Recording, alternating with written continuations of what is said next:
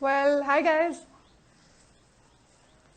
Welcome to day 5 of the Health and Wellness Week.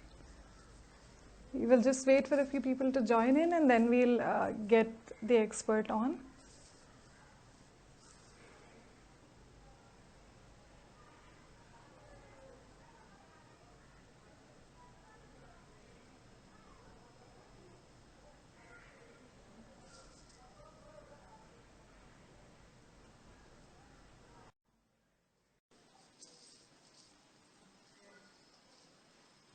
We're just waiting for Shona to join us.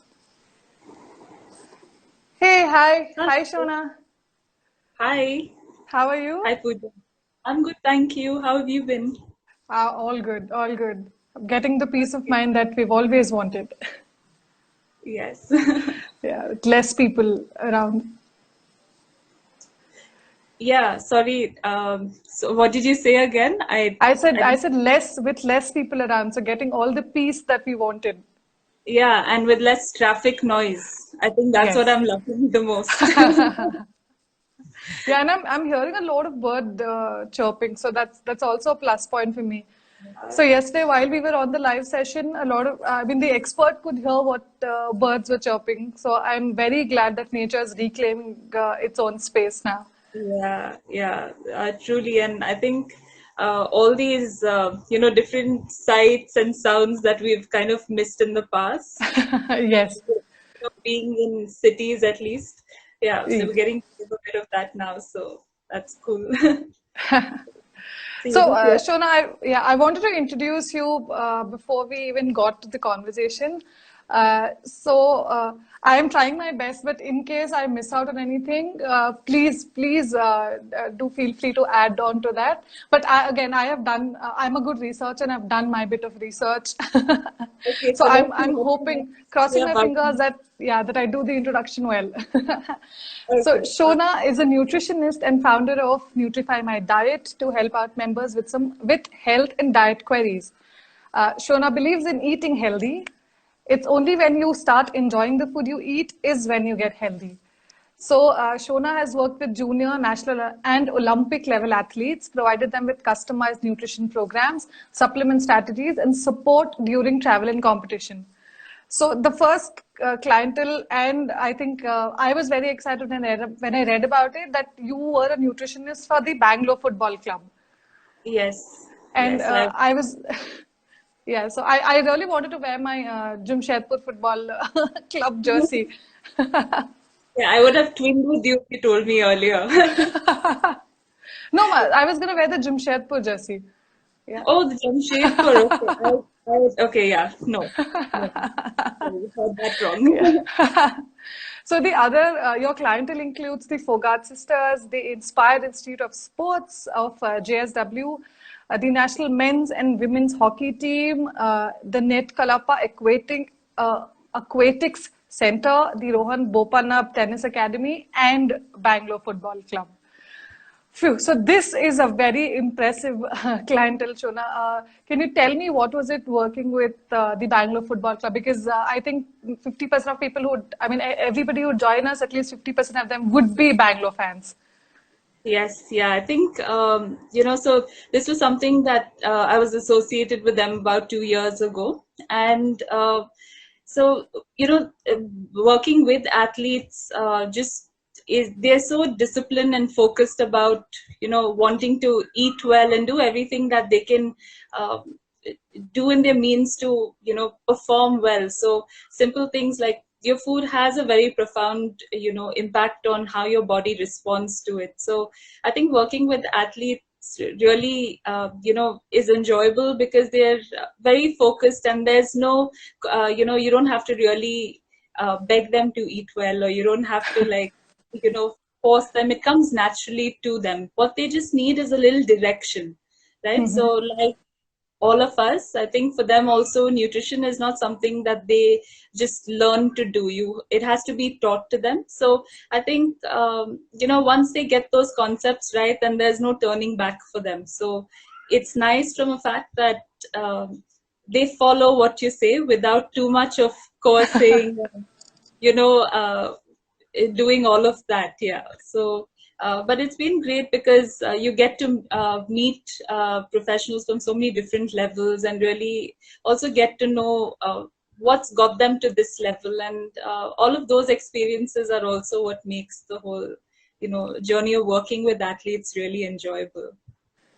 So I'm sure you won't be biased here, but if you can get a sneak peek of who was the one sports person who you enjoyed working with, enjoyed the I, most, I'd ask.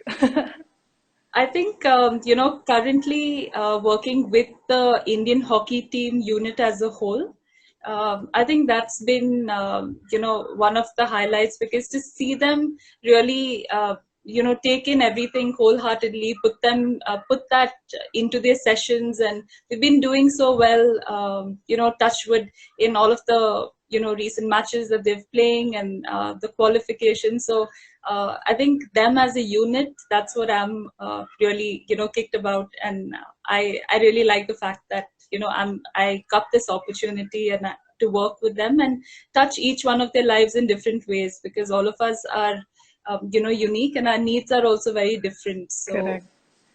yes. Correct.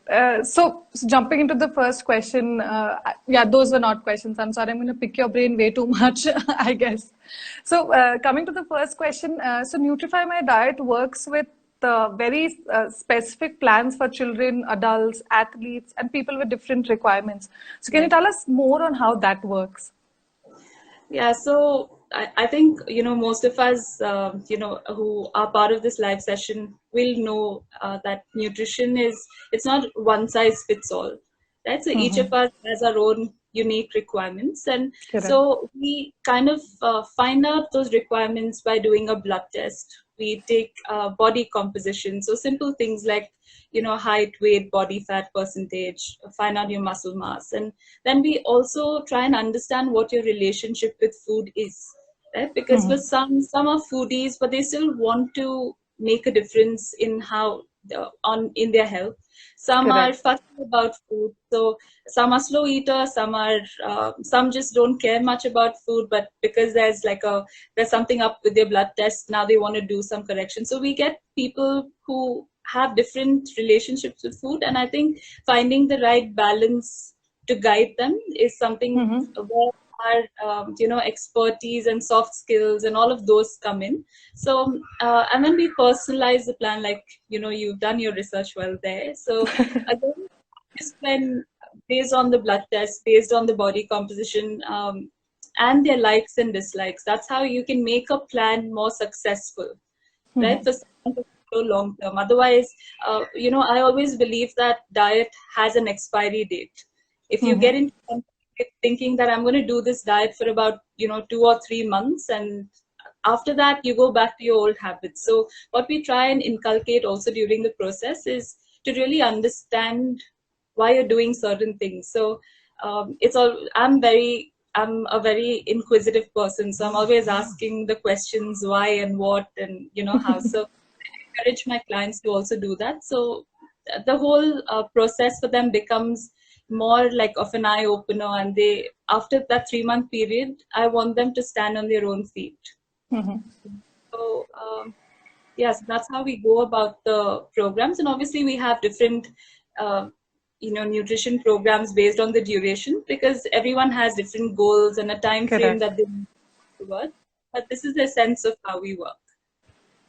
So usually when we work out, or when we even think of working out, everybody says there's no point working out so much if you don't control your diet. And the guide to a healthy life would be 80% diet and 20% workout. So how much do you agree with this? Yeah, I think both nutrition and exercise are two sides of the same coin. So you need both, to really get the best out of you. But I wouldn't put something in terms of percentages and say it's 80% diet and 20% of fitness. I think for each person it varies, and they need to find out what's the right balance for them. But so it might not really be a 80%, but I think if you start to look at both things closely, like each supports the other. So find out where you're lacking in one area and try to make up for it. So, and then you'll get a good combination. Uh, I would And certainly not do one thing without the other.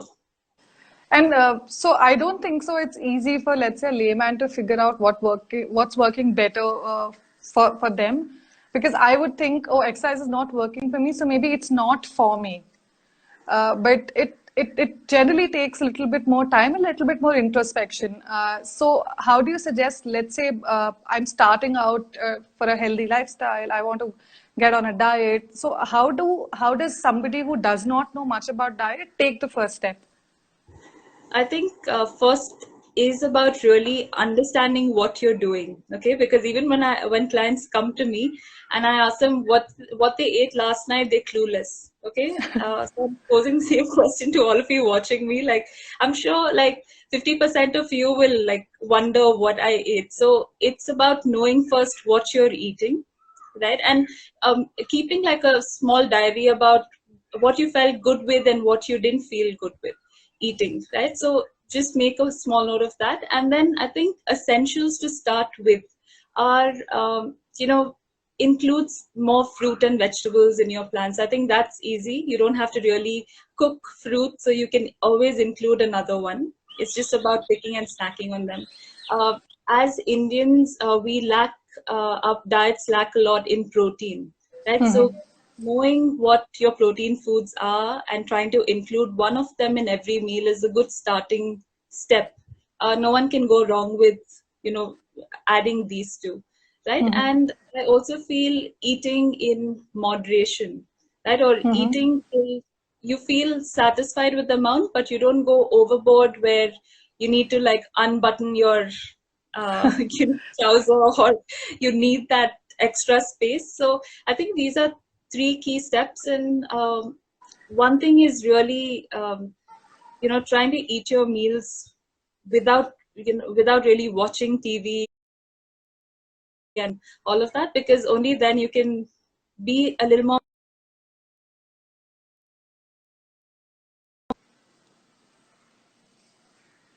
thrown at you then your food habits Shona, I think I for. lost you there. Okay, can you hear me now? Shona, I think I lost you there. I think I lost internet on my phone. Yeah, I think Okay. it's better now. Yeah. Yeah, Okay, I'm fine. sorry. I think I missed the whole last point. Okay, I was just saying that, I think trying to be off our screens while really eating our meals and spending a little more time with family instead of the focus being on um, really our screens or laptops or anything that's distracting us is a good way to, just be more mindful, right? It brings more attention to your food, and Mm-hmm. that way you also know how much you're really eating. Otherwise, a lot of Correct. extra helping uh, come in. So, um, Yeah, without being aware of it. yeah, yeah. So, um, yeah, but these would ideally just be good points to start with, because Mm-hmm. in India, I think a lot of us are just eating, bananas and apples as common fruits. But I think get more variety with that. So try to really cut down on the amount of processed foods we eat. I think a lot of us don't realize how much of convenience, grab and go foods that we eat. This period has actually made us cook a lot more. And I think a lot of them are also struggling with what to make, right? And end up doing a lot of Maggie. I don't know how many of you are actually eating. If you know the basis of what a balanced diet should be like, then you can also make Maggie more interesting for you, even if that's your last resort. Right? Just adding your fiber and protein there. So uh, I think these are good starting points for everyone wanting to make, some improvement with on the diet front. Correct. Correct. So Shona, I can tell that you're passionate about nutrition and eating healthy. So where did that come from? So I think my first trigger point was when I went on a holiday to the US. So my parents had just sent me on a 3-month vacation because I have family, and my dad siblings and we have family friends there. So I was always curious about food, and I always had an interest to learn and find out how foods are made and prepared, and what different cultures eat. So, but when I went there, I felt it was a whole new world. Like my eyes just peeled open or something, because people were already at that point. I think I was just about 14 years old, but they were already talking about using less oil while cooking, not eating as many refined foods, and low calorie, and all these terms were like, thrown at me, and I was hearing conversation, and I never heard anyone in my family in India talk about food in that sense, right? So since I was on holiday, I just kept Googling, researching, finding out stuff, and talking to people there. And I think my interest in food just went from here to there. And once I came back to India, I think my parents still make fun of me because I started bringing all these concepts like coconut is bad, and how much calorie, and so my parents were like, okay, something's really gone wrong with you since you went to the US. But I think it started from there. But taking nutrition as a subject and a career happened more organically. Once in BSc, I studied nutrition and dietetics, but there was also chemistry and zoology, and so I did that in Mount Carmel College. But over a period of time, I think I realized like food, interacting with people, and just helping people to make a difference are three things that are dear to me. And through nutrition consultation, I was able to like marry all the three together. So that's how it just came together, and here I am. So it was So a very organic. we are receiving questions. Before we get into the questions that are coming up now, there were a few DMs which came even before. So I'll just plug those in as and when we see that we are on a similar topic. So Pragya asks, what's your take on nutrition supplements, and is it true that they have long-term effects? So I think with supplements, it really depends on which supplements we're using. Just for instance, something like iron and vitamin D can get stored in the body, right? If you take it over a period of time without knowing how much to take. So I think those supplements require more of a prescription, but something like a multivitamin, omega-3, these supplements can be taken long term. What I usually advise clients to do is just detox for a month from them before you restart it again. So just in case there are any excesses, your body gets some time to flush them out. And something like calcium, for instance, is better absorbed through food, right? So it makes more sense to find natural food sources that you can get your calcium from rather than taking from a supplement, because there are studies coming up which says that it could harden your arteries and form deposits which are not good ultimately long term. Correct. So would you again, so would it be suggested for people to try nutrition supplements, or is that even a replacement for your natural and healthy food?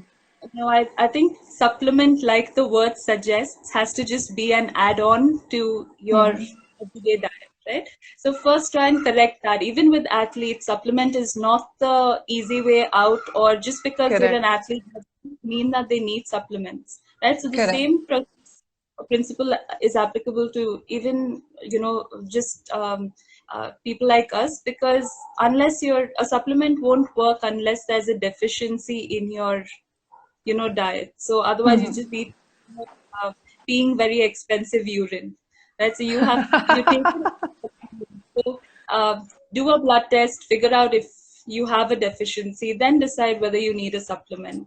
And it's best to check with a nutritionist, because they'll be able to identify any gaps you might have with your nutrients and then suggest whether you need it through food or a supplement. Yeah, so I think that's one of the easiest ways you can keep somebody off supplements is if the way you told, if you take it without being mindful or even being prescribed, it's just expensive urine. Yes, of course, any day. So again, this is from my side. Do you manage to eat right all the time, or is it okay to let loose once in a while? I think it's perfectly normal to let loose once in a while, right? We're all human, and food has this sort of comforting feeling, or Correct. it helps us in so many different ways. It's not just health. There are different aspects to it. So, yeah, I do let myself go once in a while, and the important part is to come back to what you're doing. Most a while doesn't really harm somebody, but if the letting go happens way too much, because food, you can have it when you're happy, when you're sad, when you're bored, and there's so many different emotions that you'd want to eat food for. Pooja, did you get me there? Because I don't know, there was sort of a lag. Yeah, I could see the buffering, but I heard you clearly. Okay. All right. Yeah. So since we, tend to go to food for so many different emotions, the let go may happen way too many times than we Correct. realize. Correct. So, yeah, but it like everyone should, I think, just let go once in a while. Don't be so overwhelmed and obsessed with just eating healthy. As long as you can come back to what you were doing. So it is okay to, guys, it's okay to let loose once in a while, but make sure you're Definitely. yeah, letting loose doesn't happen so many, like it doesn't happen every alternative day. Yeah. So a few audience questions here. So Revati asked, should we maintain a timetable?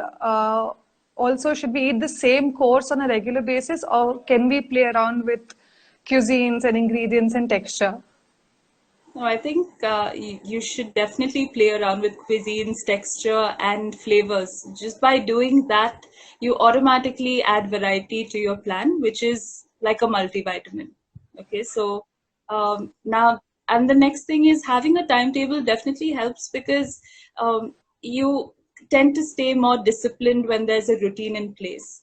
Right now, if your meals move up and down by 1 hour or so, that's not going to create havoc, right? So, sometimes when giving our nutrition plans, if we put in lunchtime as 2 o'clock, sometimes clients come back and ask us, okay, I messed up everything because I ate lunch at 2:30 or, later. And small things like this don't really, upset the balance of eating healthy. It happens, and I think you have to be practical about the way you approach food. But having a timetable definitely helps you stick to some sort of routine, right? Otherwise, it just goes all over the place. And I think a lot of us have realized how this lockdown and change in our routines has thrown things off a little Correct. bit. But with all athletes, that we had conversations with this time, we just told them that this is going to be your new normal. And you have to kind of get back to a routine now that kind of works for you, what you would have done, on your otherwise normal routine. So, um, yeah, having a routine in place is Is a good definitely. idea. Shweta asked, and I think we all would agree with that question and want that answer. How often can we cheat if we are maintaining a balanced diet? I think to a point where you don't start to feel guilty about the cheating. I think it could depend because it for some people cheating could be just a square of dark chocolate.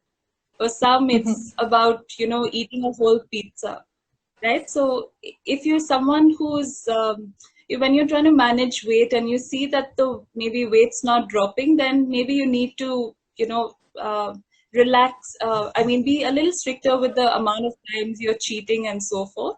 But yeah, otherwise, I wouldn't really put a number to it. It's really different.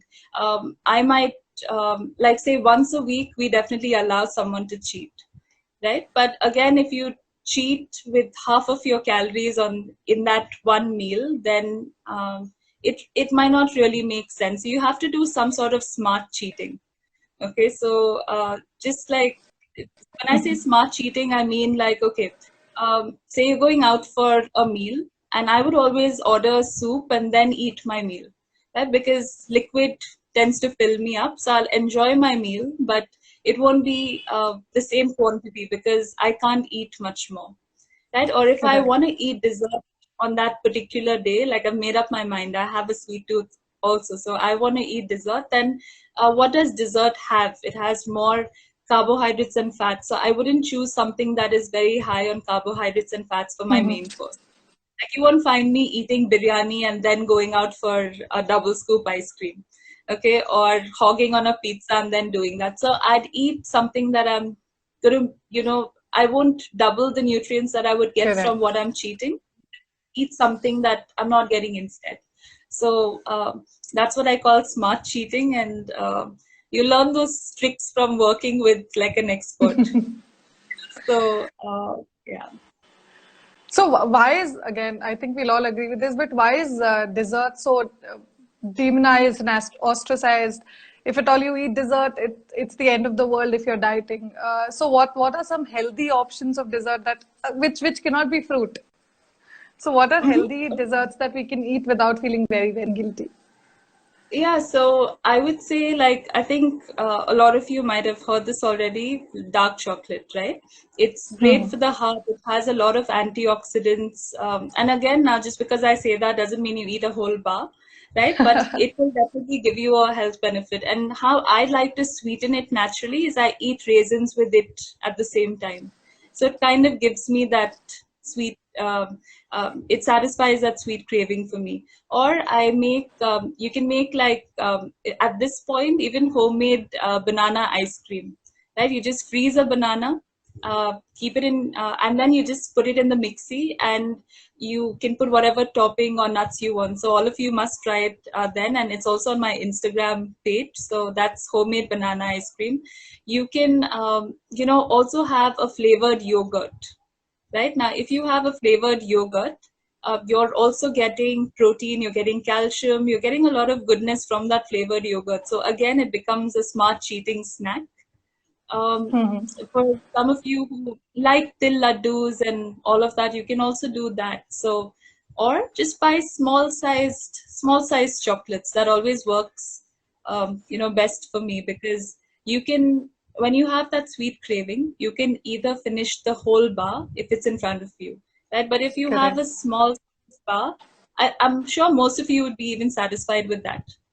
You don't really need that full bar. So I just, have mini size things at home, because it's a win-win situation for both health and my taste buds. So yeah. Yeah. So for the banana ice cream recipe, go visit on Instagram. Go visit Nutrify My Diet. That is the official page of Shona and her Nutrify My Diet .com. So, and there are a lot of health tips and wellness tips. So you can visit that page and find out much more about it. Again, coming back to an audience question.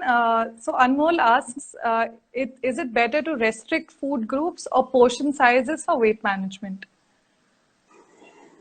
Good question, actually. So, with weight management, usually people do better with restricting cereals and carbohydrates.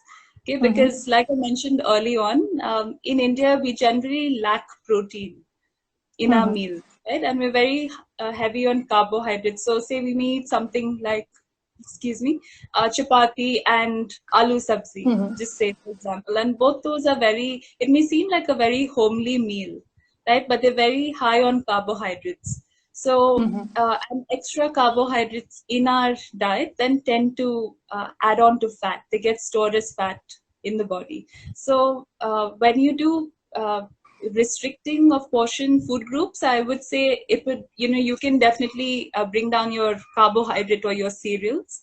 And more than restricting anything else, I think I would increase your vegetable and fruit intake, because those are low calorie. And people tend to always, women especially, they're terrified of eating a banana. Okay, and again, it's like, will it make me fat and will I put on weight? But when they're eating biscuits or when they're eating that junk food, these thoughts don't come in their mind. Okay, but they eat that simple natural banana, there are like 100 questions thrown at me if they see it in their diet. And I just ask anyone, like, is that, will you go back and eat something else if you've eaten a banana? Like, it satisfies you, it satisfies your sweet craving, it keeps you full. So I think eating more natural foods, eating more vegetables, restricting the amount of carbohydrates or bringing it down a little bit is definitely what I'd suggest for weight management. Okay.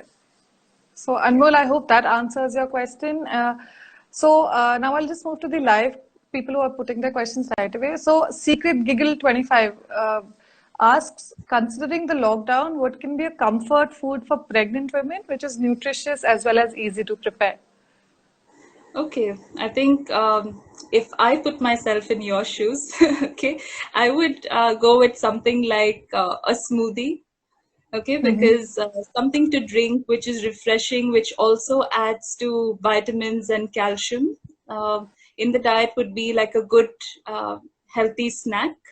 I would also maybe do something like a bhel puri if you can make something at home. You have puffed rice or just vegetables and some chutney, homemade chutney that you can make if you have the resources for that.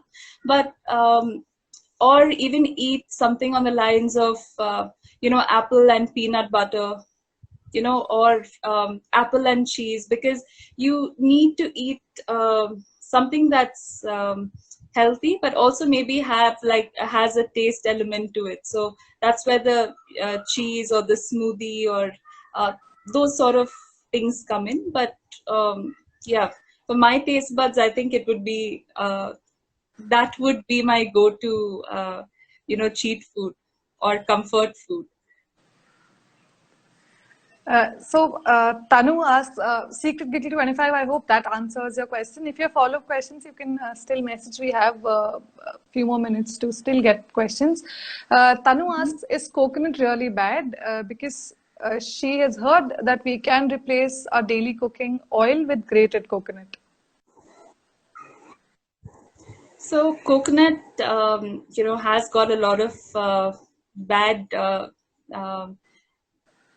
media attention, okay, but it's actually not as bad as we think. But again, having said that, I think what people fail to understand is just because something is good, they tend to overdo it, right? So sometimes a lot of a good thing can also be bad. So if you use coconut oil in your cooking, like if you stopped using it, I would say you can definitely bring it back, because coconut, with Indian cooking especially, coconut oil has a high heat point, so it doesn't make the oil toxic in the whole cooking process.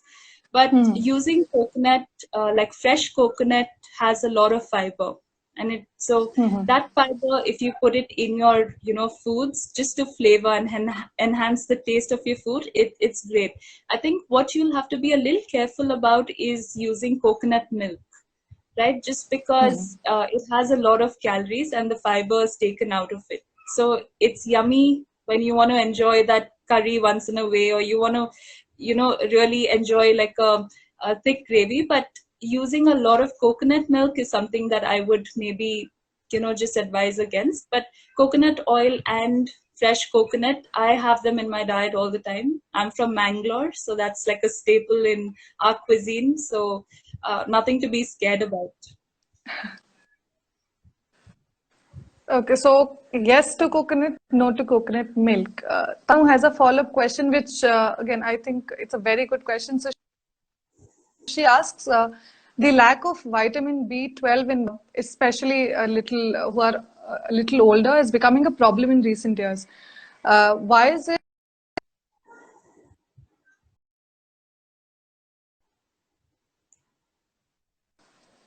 So, Pooja, I'm sorry, I wasn't able to get the whole question. Okay. So I think I can see it back.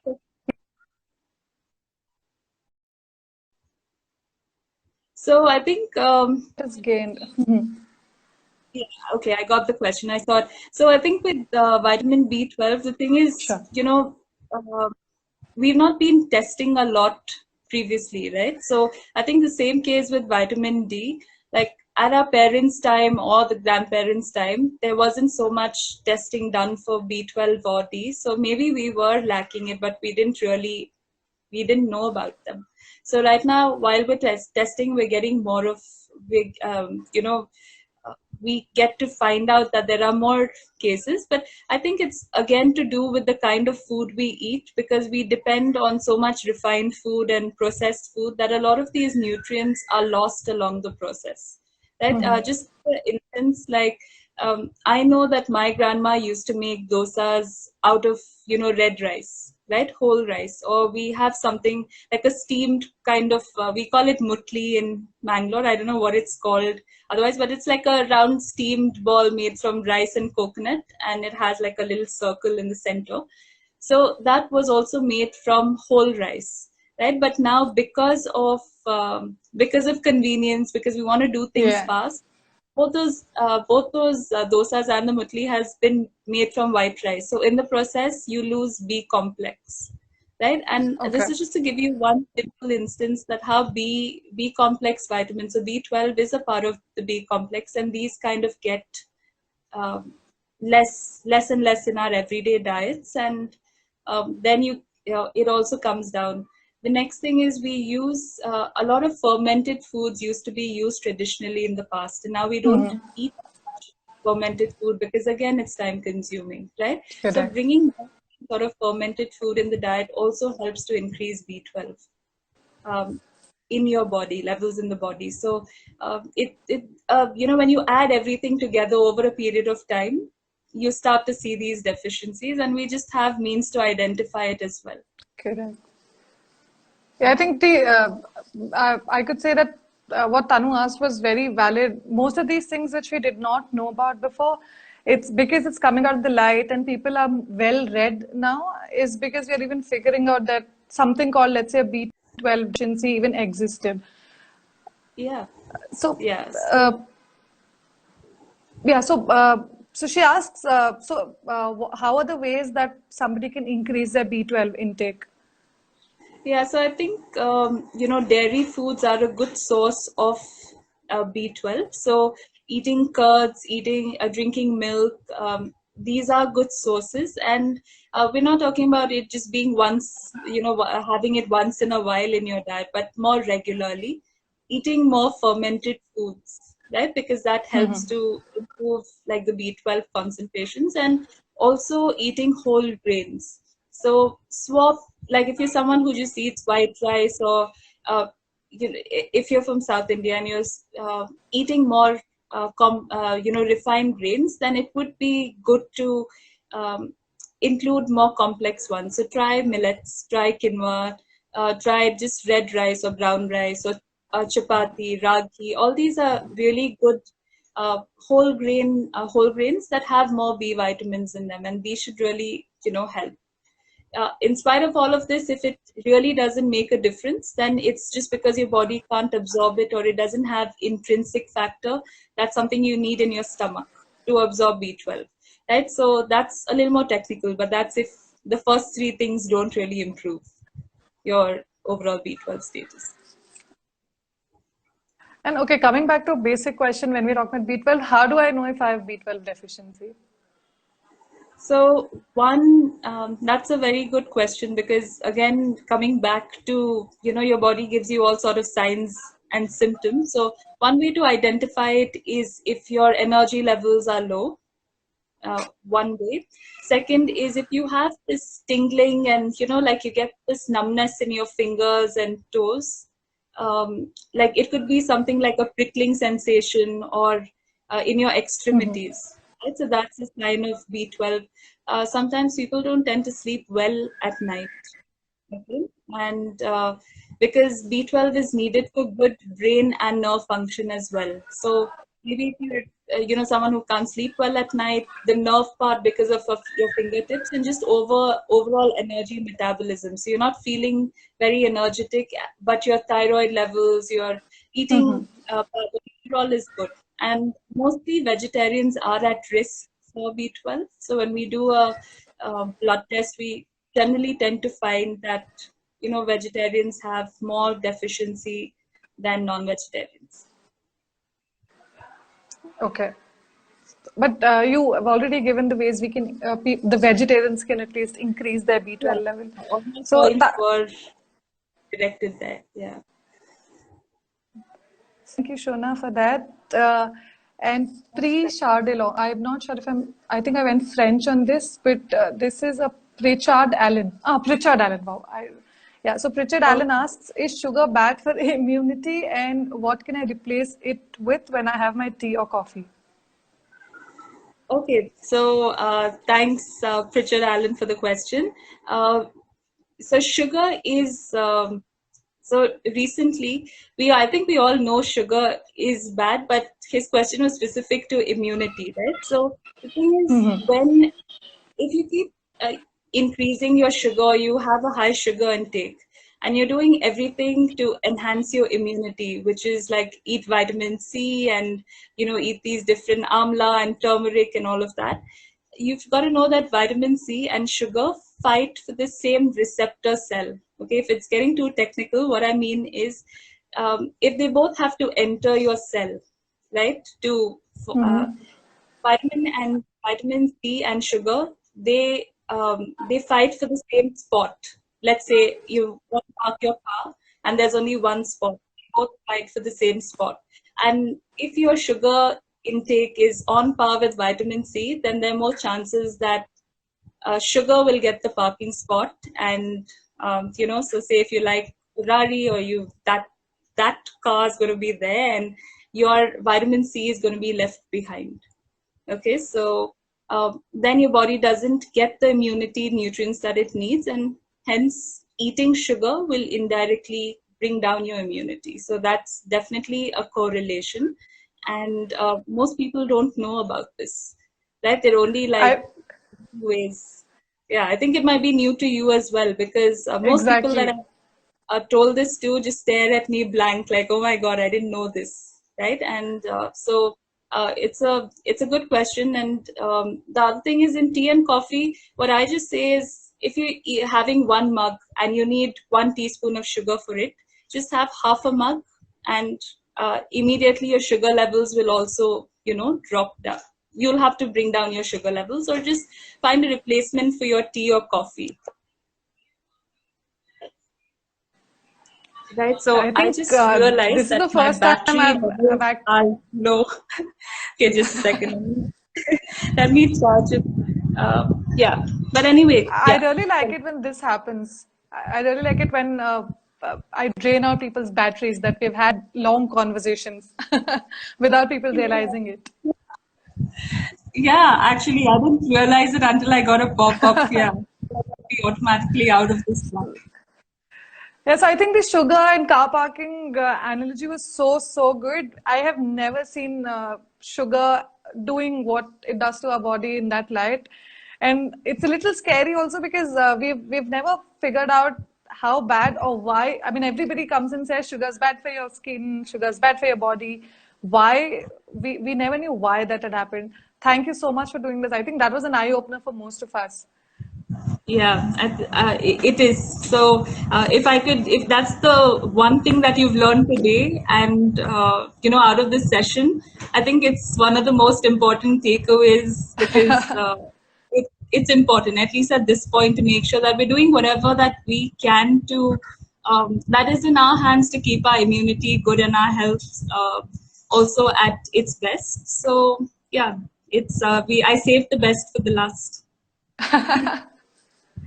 Pritchard Allen says, thanks for the tip, Shona. And Pritchard Allen, I'm so sorry I went French on you. I did not know how to pronounce that, but yeah, now I think I'll be better when you join the next session. so, so my team has a question here, and so Nesar asks this question. He says, what's an ideal amount of protein to consume for someone who's trying to build muscle, and what are the healthiest sources of protein for someone to consume? Okay, all right.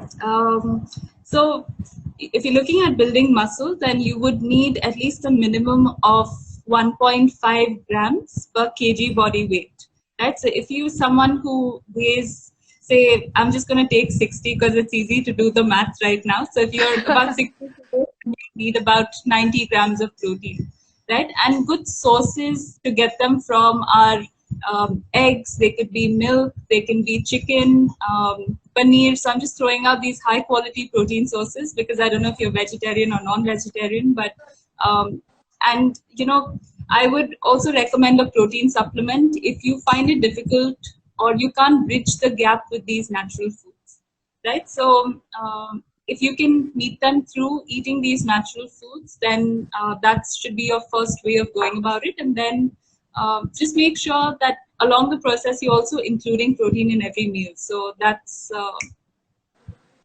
so these are just things that you have to keep in mind while building muscle.